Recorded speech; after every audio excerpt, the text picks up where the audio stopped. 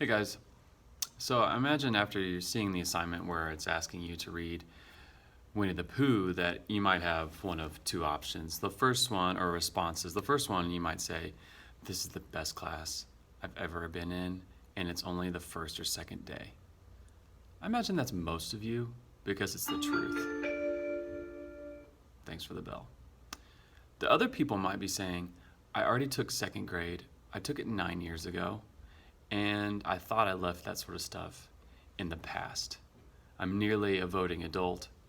I can nearly be drafted into the military.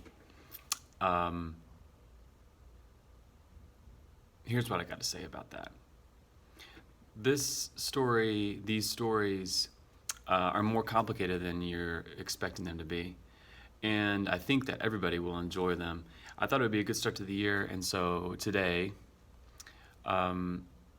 I'm going to read the first introduction to get the reading started for you, and then there are 3 stories afterward. You'll be reading those on your own. Here we go.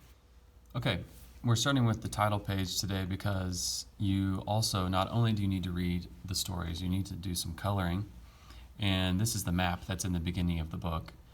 A.A. Milne, who published both of these books, he published 2 books. They're both in equal length.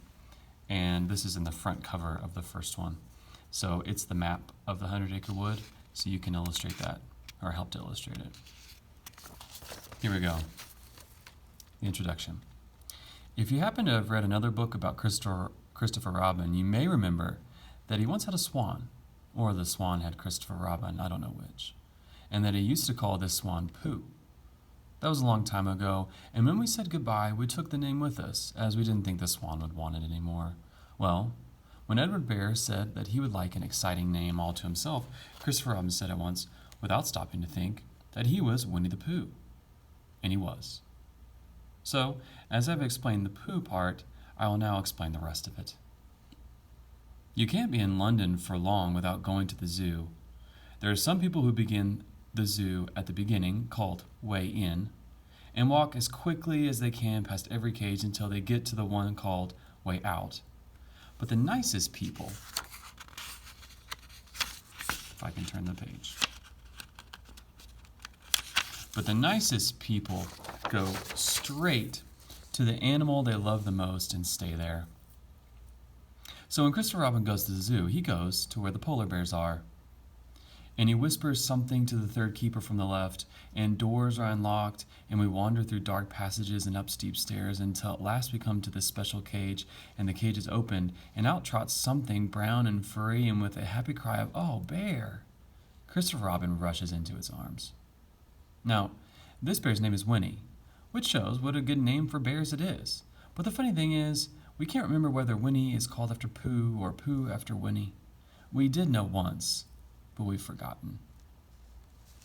I had written as far as this when Piglet looked up and said in his squeaky voice, "What about me?" "My dear Piglet," I said, "the whole book is about you." "So it is about Pooh," he squeaked. You see what it is. He's jealous because he thinks Pooh is having a grand introduction all to himself. Pooh is the favorite, of course. There's no denying it, but Piglet comes in for a good many things which Pooh misses, because you can't take Pooh to school without everybody knowing it. But Piglet is so small that he slips into a pocket, where it is very comfortable to feel him when you are not quite sure whether twice 7 is 12 or 22. Sometimes he slips out and has a good look in the ink pot, and in his way he's got more education. In this way, he's got more education than Pooh, but Pooh doesn't mind. Some have brains and some haven't, he says, and there it is. And now others are saying, "What about us?" So perhaps the best thing to do is stop writing introductions and get on with the book. Good luck, people. It's going to be fun.